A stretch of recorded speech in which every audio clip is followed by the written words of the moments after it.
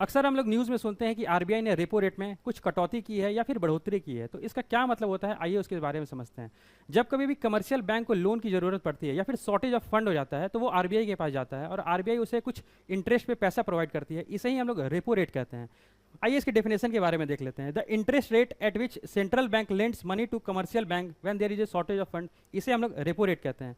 जब कभी भी आरबीआई रेपो रेट में कुछ कटौती करता है, तो कमर्शियल बैंक को जो लोन मिल रहा है वो काफ़ी सस्ते दामों पे मिलता है। और जब सस्ते दामों पे मिलता है लोन, तो वो उसे काफ़ी फ़ायदा होता है बैंकों को, और वही फ़ायदा वो अपने कस्टमर को प्रोवाइड करता है।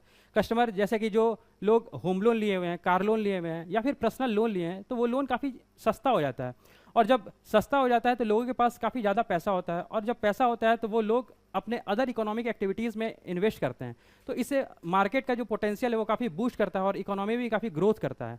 तो इसका मतलब ये हुआ कि अगर आरबीआई रेपो रेट में कटौती कर रहा है तो मार्केट काफ़ी बूस्ट करेगा। अगर इसी का जस्ट हम लोग अगर अपोजिट ले लें, तो अगर आरबीआई रेपो रेट को बढ़ाता है तो उसमें होगा क्या कि अगर लोन क्या होगा कि महंगा होते जाएगा, तो बैंक के पास लोन क्या हो रहा है कि पैसा महंगा आ रहा है, तो वो जो है लोन वो अपने कस्टमर को भी क्या करेगा, महंगे दामों पे देगा। तो इससे क्या होगा कि जो इकोनॉमी जिसको बूस्ट होना चाहिए था वो बूस्ट नहीं हो पाएगा। इसका मतलब अगर हम इसे शॉर्ट टर्म में बोले, तो अगर आरबीआई लोन कट कर रहा है तो काफ़ी इकोनॉमी को बूस्ट मिलेगा। अगर रेपो रेट में बढ़ोतरी कर रहा है तो लोन जो है सस्ते दामों पे नहीं मिलेगा।